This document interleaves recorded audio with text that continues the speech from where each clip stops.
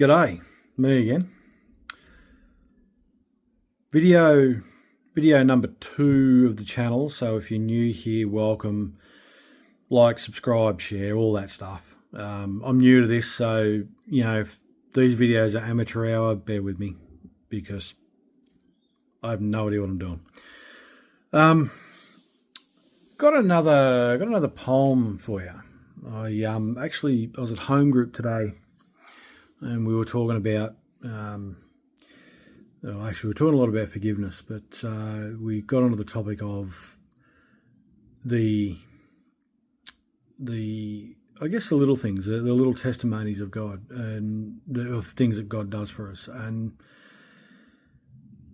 I felt prompted at the time to share this poem I'm about to read, and then beyond that, I was prompted to record this and share it. So the story behind this poem, you'll see what I mean. It is a little bit heavy in places, and if I get a bit emotional, then just bear with me because there is there's a bit of personal stuff in here. But there is a message that God's trying to get through to you if you've got legitimate requests, and you're being browbeaten by people and sort of, what are you whinging about? You got a roof over your head, you got this, you got that, blah, blah, blah. If you've got legitimate needs, I was reading in Psalms the other day that the sacrifice of God is a broken and contrite spirit. And so if we've got legitimate needs, what this poem is saying is, still go to him. So let me share this. It is something of a testimony as well. But this one's called I've Always Got the Time. And again, it's a reading. I'm sorry. Not committed to memory yet. Maybe one day. We'll see. I've always got the time. I recently saw a video I simply couldn't bear. A young man was beheaded for a stand that he had dared.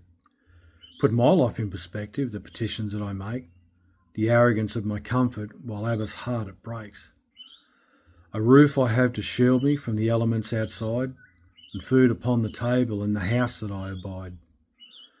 The clothes upon my back are far from second hand. My possessions, while they're humble, compared to most, are simply grand.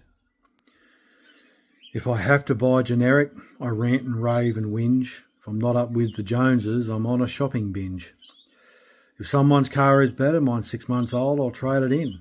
If I miss out on promotion, I'll claw at them till I win. If God forbid I'm sick, well, the world can go to hell. I'll whinge and whine and carry on again until I'm well. If someone hurts my feelings, to the therapist I go. As well whinge about my parents, they had the nerve to tell me no. I'm not saying our lives are perfect. We all have genuine needs, and things that quite legitimately cause our hearts to bleed. The youngest of my daughters, whom I pray for every night, her DNA is incomplete. Her life's been one big fight. My school life, let's just say that there's better times I've had, and as a teen watched diabetes slowly kill my dad. I've watched my mother's loneliness since Dad was taken home and my brother ruined financially for integrity he'd shown. I still remember where I was when my sister miscarried and a brain tumour was diagnosed. Her son had surgery. I could easily keep going, keep adding to the list. Even I have wondered how I haven't slashed my wrists.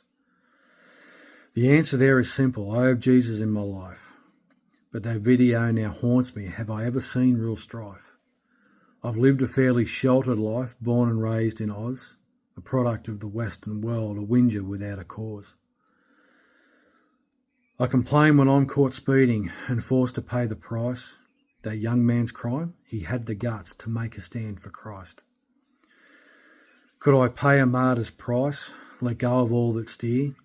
To be in that position, a Western Christian's fear. I know that Abba Father will honour that young man, and I look forward to the day that I can shake his hand. But while that young man suffered, I know it broke God's heart. But I know from Abba Father that young man will not depart. Now back to that perspective, those petitions that you read. I simply am amazed and humbled by what God said. Don't think you're insignificant. I'll always have the time. to listen to your petitions even when you whinge and whine. My precious son, I love you. You're the apple of my eye. That's why I sent my only begotten son to die. Don't be afraid to talk to me, whatever the tune or chine. For you, no matter what it is, I've always got the time. I pray that bless someone. Remember, don't be afraid to come before God. Come before Him. Bible says that we can come boldly before His throne of grace to obtain mercy and find grace to help in time of need. But we still need to remember that we need to come before Him with humility, with a humble and contrite heart. So I hope that bless someone. Love yous heaps. Bless yous, and I'll see you on the next video.